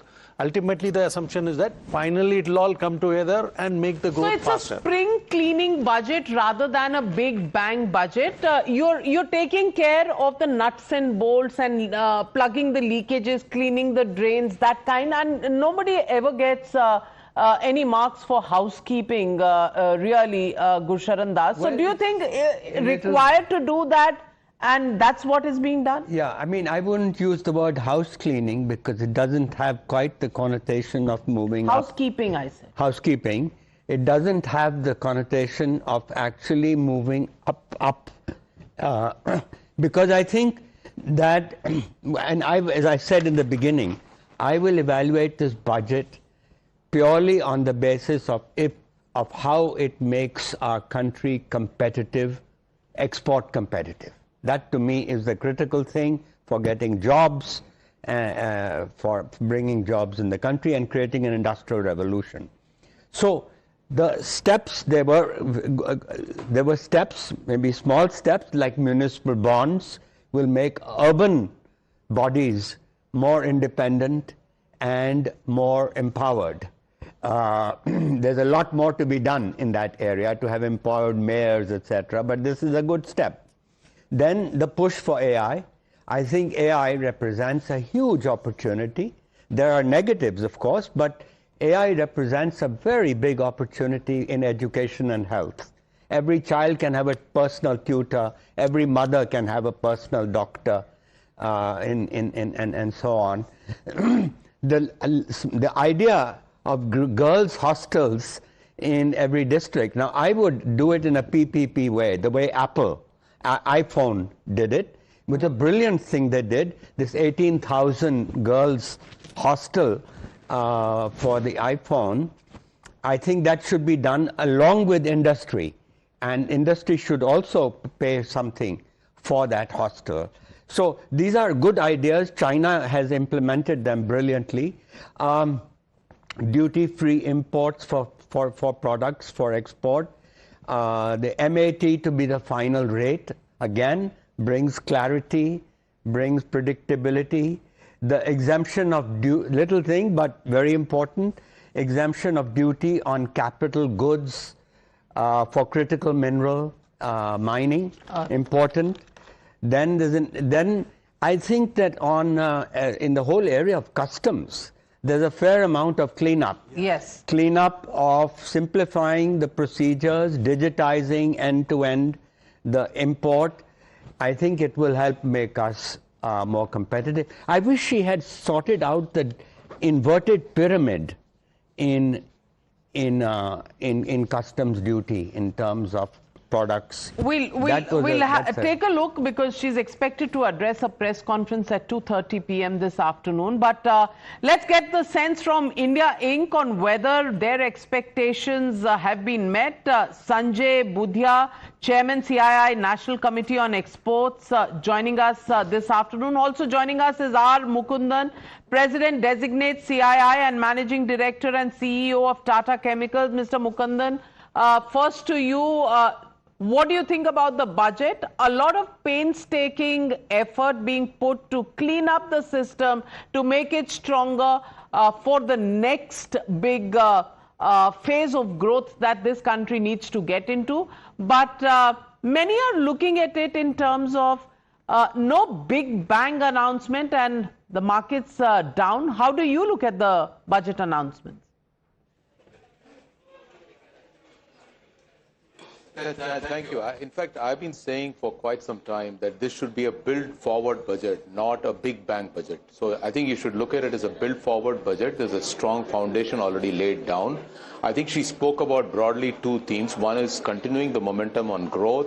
At the same time, she used a very important word called integrate. Integrate with the external economy to export as well as attract investment. And I think that's been the key focus. So when we talk about integration with the external economy, a lot of focus and emphasis we had wanted on the customs in the indirect area. I think that has been done. And a lot of irritants which were there in the current taxation structure had to be addressed. Many minor items like TDS, TCS, those have been addressed. Now, in terms of the key focus areas, what we had highlighted was issues around manufacturing, MSME, and also related to what we called as infrastructure and urbanization. India is going to urbanize at a rapid rate. And to that extent, I think she actually chose 7 broad themes to work on, which is to scale manufacturing, rejuvenate industrial, legacy industries, MSME, infrastructure, security and stability, and city economic region. So to a large extent, there have been many schemes announced in this, and I think we need to ensure that we implement them fast, implement them quickly, and I think that would go a long way. Fundamentally, I think the way we should think about this budget is a build-forward budget, not a big bang budget. Would you want to rate the budget? Normally, we do try and get numbers. Anand Ranganathan already saying 8 on 10. What's your scorecard? No, I wouldn't rate any budget, because each budget comes with a context they are living in. I mean, if you start rating budget which was done when we wanted a big taxation change versus a budget which has been done when we want to integrate along with the global world, I think we would get the whole dynamics wrong. And also this whole point about what is the stock market doing immediately the minute after a budget is announced, I think is probably not the right way. We should see the impact of the budget in terms of investment. So the objective of this budget is to integrate with the external economy, to continue the growth momentum despite the external challenge. And if we are able to deliver that in the next 12 months in the short term, and also ensure in the long term we are able to address the issue of integrating with external economy, I think we would have done the job. And I think that's exactly the focus here when you talk about focus on infrastructure, focus on logistics, focus on building industrial parks, rejuvenating legacy industrial parks, and also focusing on some critical sectors which have huge potential like semiconductors, electronics. I think she's highlighted a whole slew of effort. At the same time, I think there's a third priority they had, which is to say that we need to make this a citizen budget, which is why the focus on fishermen, the farmer, I think it should be seen in the context of the various elements the government is trying to balance. On one hand, the urbanizing, industrializing India. At the same time, the large, vast majority of India which still depends on agriculture for its income, large, vast majority of India which is dependent on various other resources, including, the tribals, the whole issue of fishermen. I think she's tried to address all that in a very, very positive way.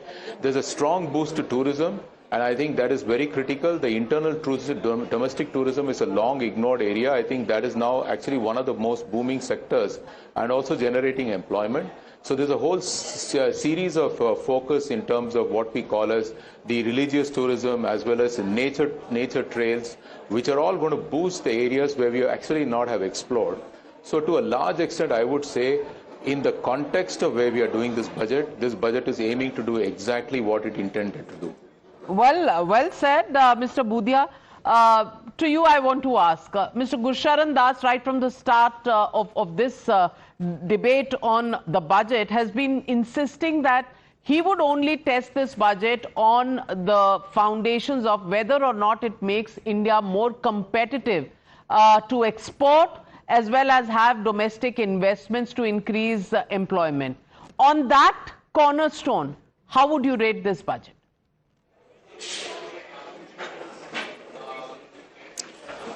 I think this budget is really a big booster for India's exports and to make exports competitive. As all of us know, India is the flavor, and what is looking at India to be the manufacturing hub. And under the present situation, Mr. Mukundan, our president, has tabulated most of the measures. I would like to say that the reliance on SCZ, sizable investment has been made in India's special economic zones, which are not fully utilized. So the utilization of that capacity to supply to DTA areas up to a certain percentage will be a big boost, and that would be very, very effectively utilized. Similarly, exempting inverted duty structures on certain products which will be announced, and also making self-reliant. The budget emphasizes on the trust, on the continuity, and fast-tracking our progress, which should be implemented and supplemented by putting the trust in India Inc. and in the Indians in general. I would like to also touch that I am the father of a child with special needs, and this budget specifically talks about Dimension and mental health and yes, it's a sensitive budget, absolutely a sensitive budget on that score. Well, some of the takeaways, the big, okay, all right, hands going up. Couple of things. This is a budget great on ideas. To that extent, I agree with Dr. Ranganathan, 8 on 10, but very vague on specifics, so vague on specifics. So, for example, the rare earth mineral. Now, we all know, and Dr. Das spoke about, the future is AI technology, and we need rare earth for that and for our future technology. Now, they've announced this corridor for these 4 states. They've said that, look, the material that comes in will be tax-free or exempted from duties. But if you don't get environment clearances, in Jammu, we have lithium deposits. It's over 6 years. It's the same government. It's a double-engine government. You haven't got clearance to start mining. If you don't have a single window system, you aren't going to go forward. 90% plus is controlled by China. So you can't have these great announcements, have claps in parliament, and not have a specific idea. That doesn't make you ready for the future.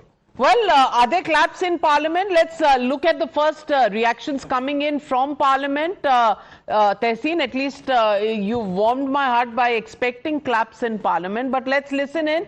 Congress Member of Parliament Imran Masood and his takeaway from this budget. Imran Masood है हमारे साथ बात करने के लिए। इमरान भाई, budget कैसा लगा? खाली, कुछ भी नहीं है, खाली डब्बा है। आप उम्मीद कर रहे थे कि टैरिफ की मार झेल रहे हैं एक्सपोर्टर, कुछ राहत मिलेगी। जो अमेरिका को एक्सपोर्ट हो रहा था उनको कुछ राहत देने का काम करेंगे, लेकिन खाली डब्बा हाथ में जिक्र भी नहीं किया। ना मुरादाबाद के लिए, ना सहारनपुर के लिए, ना भदोही के लिए कोई जिक्र नहीं है उन सेक्टर्स के लिए जिन सेक्टर्स के अंदर एक्सपोर्ट अमेरिका हो रहा था। कोई जिक्र नहीं है। नौजवान खाली हाथ, किसान के बारे में कोई चर्चा नहीं, किसान की फसल के बारे में कोई चर्चा नहीं। तो दिया क्या आपने? खाली डब्बा। केरल पर चर्चा हुई, केरल के लिए उन्होंने घोषणा की, पश्चिम बंगाल के लिए कहा। घोषणा की ना पश्चिम बंगाल के लिए ना केरल के लिए, क्या घोषणा की? क्या घोषणा की बताइए ना। कोई कुछ है ही नहीं बजट के अंदर। बजट खाली डब्बा है। पहले हम सोच रहे थे कि खाली डब्बे में पुराना माल होगा, इसमें से तो पुराना माल भी निकाल लिया, अब तो डब्बा ही डब्बा दे दिया। ठीक है। कांग्रेस सांसद Well, if you expected any other reaction, you know, first I have to take your reaction, Anand Ranganath. खाली डब्बा, पुराना माल भी नहीं है, वो भी निकाल लिया. नहीं, इमरान जी ठीक कह रहे हैं, कुछ बोटियां तो देनी चाहिए थी, बोटी भी निकाल ली उन्होंने. No, but I can give you one number. The budget documents have just dropped. So the defense spend, not as percentage of GDP, but percent of the budget. Okay, how much of the budget is being spent on defense has been a consistent 8% for the last 6 years. This year it's up to 11%. Okay, so that's a big one that you have really ramped up. So defense budget goes up to 11% of the budget, not the 8%. So that's a substantial rise. Shashi Tharoor responding. वो तो होना चाहिए, वैसे भी fisheries में हमें कुछ benefit होना चाहिए, लेकिन जब शिप रिपेयर के बारे में बोला और वाराणसी और पटना के बारे में बोला, केरला के बारे में कुछ नहीं सुन सका, तो ये सब हमें ज़रा सा आश्चर्यजनक है. लेकिन ये भी कहूँ कि शायद डिटेल्स बजट डॉक्यूमेंट में होंगे, हम पढ़ा नहीं, अब तक सिर्फ भाषण सुने हैं. भाषण में तो बहुत कम डिटेल्स है जो हमें ज़रूरी थी. चलिए, शशि थरूर साहब हमारे साथ हैं. थरूर साहब नंबर देंगे, बजट पूरा बजट सुना है. यही हाल रहा तो लोहे पर पीतल चढ़ा करके जेवर बनाने पड़ेंगे. और ये बजट गरीब के समझ के बाहर है. जो बुनियादी चीजें हैं, शिक्षा, स्वास्थ्य, आप सोचिए उत्तर प्रदेश का हाल आपने सुना होगा, देखा होगा. पोस्टमार्टम होना है किसका, और पोस्टमार्टम के लिए ले किसको जा रहे हैं. ओटी में जाना किसको था, ले किसको जा रहे हैं. ये तो स्वास्थ्य व्यवस्था का हाल है. और शिक्षा का हालत ये है कि बिना शिक्षा के हम विकसित भारत कैसे बनाएंगे. विकसित भारत का सपना अगर देखना है तो शिक्षा क्षेत्र में हमें ज़्यादा से ज़्यादा बजट देना पड़ेगा. ये समझ से बाहर बजट है, ये सपने दिखाने वाला बजट है. जिन लोगों ने अपने पुराने घोषणा पत्र पे कोई काम न किया, उनसे उम्मीद क्या करोगे. बीजेपी से उम्मीद ही नहीं तो बजट से उम्मीद क्या करेंगे. कितने नंबर देंगे बजट को, आपने पूरा बजट सुना है. Well, रोहित आजाद, सोने पे पीतल चढ़ाने वाला बजट है. How do you respond to Akhilesh Yadav and what are your takeaways? I think rhetorics aside, this budget is quite run of the mill. I think the government has seen that 2026 is going to be 2025. It's not so easy. There is a lot of political uncertainty. The year started with an ominous sign. Trump picked up a president, took him away. So we don't know what it holds out for the world. Global economy is perhaps not necessarily going to give you the demand that you need. So it was a bit disappointing that on the fiscal side of it, which actually provides domestic demand, the government has not really but they've just opened done up. a boost by GST one factual thing I would like to, because middle class, last year's budget was all about the middle class tax rebate. And the idea was that it is going to, because there's a decline in tax buoyancy is going to go up. Now look at the numbers. The budget estimate, the actual collection that has been done on taxes of income has gone down drastically. Just the nominal numbers, forget about as a proportion of GDP. So it was announced 1.4, if I'm not mistaken, 43 lakh crores. It has come to 1.31. Not corporate tax, I'm talking about taxes on income. So tax buoyancy that you expect, which is what you expected, what you announce versus what you get is not so clear. In this case, this is what has happened. So there may be many announcements you can promise the moon. All right. I want to continue to criticize the government. Just one line, sir. I think this is one of the most shameless things that this government has done. I'm going to be very harsh. Is they're destroying the bull run of the stock markets. Now, it is, when you said early in the morning, it is people like us with our SIPs that are keeping the market away. They didn't remove long-term capital gains. They didn't remove short-term capital gains. They have now increased the STT. The problem with this government is at a time when FPI is exiting the markets and we are holding the markets, they are completely treating us as your voice will be crushed. This is a government of Babus determined to destroy the stock market. I have never seen a country, a government so determined to destroy a wealth-creating market that is actually giving positive returns. Well, I don't think it's so black, Gursharan Das, is it? Yeah, no, I don't. I mean, I wouldn't use the words that he has used, but I would say no. But I would say that that the comment made on just now, yeah, that let's take the farmer, the voice of the farmer. Now, they are not able to introduce the farm laws right away. I can understand that, which would have really given freedom to the farmer. But what they could have done is low-hanging fruit. And just to give you one example, that 1/3 of the fresh vegetables and fruit rot on the farm. We all know that. And Ashok Gulati has been crying hoarse about it for years. Now, this is a low... May I correct you? Decades. Sorry? He's been crying for decades to build cold storages. Not build, but every country has solved this problem because they allowed major retailers or e-commerce. In recent years, it was e-commerce. Now, we have a very simple... We have e-commerce players in India who are very successful, and all you allow, if you allowed them to carry inventory from the farm to the store, to the consumer, you've done it. And the farmer would have gained 1,50,000 crores. You're talking about increasing farmer income. This would be a big deal. And it's a very simple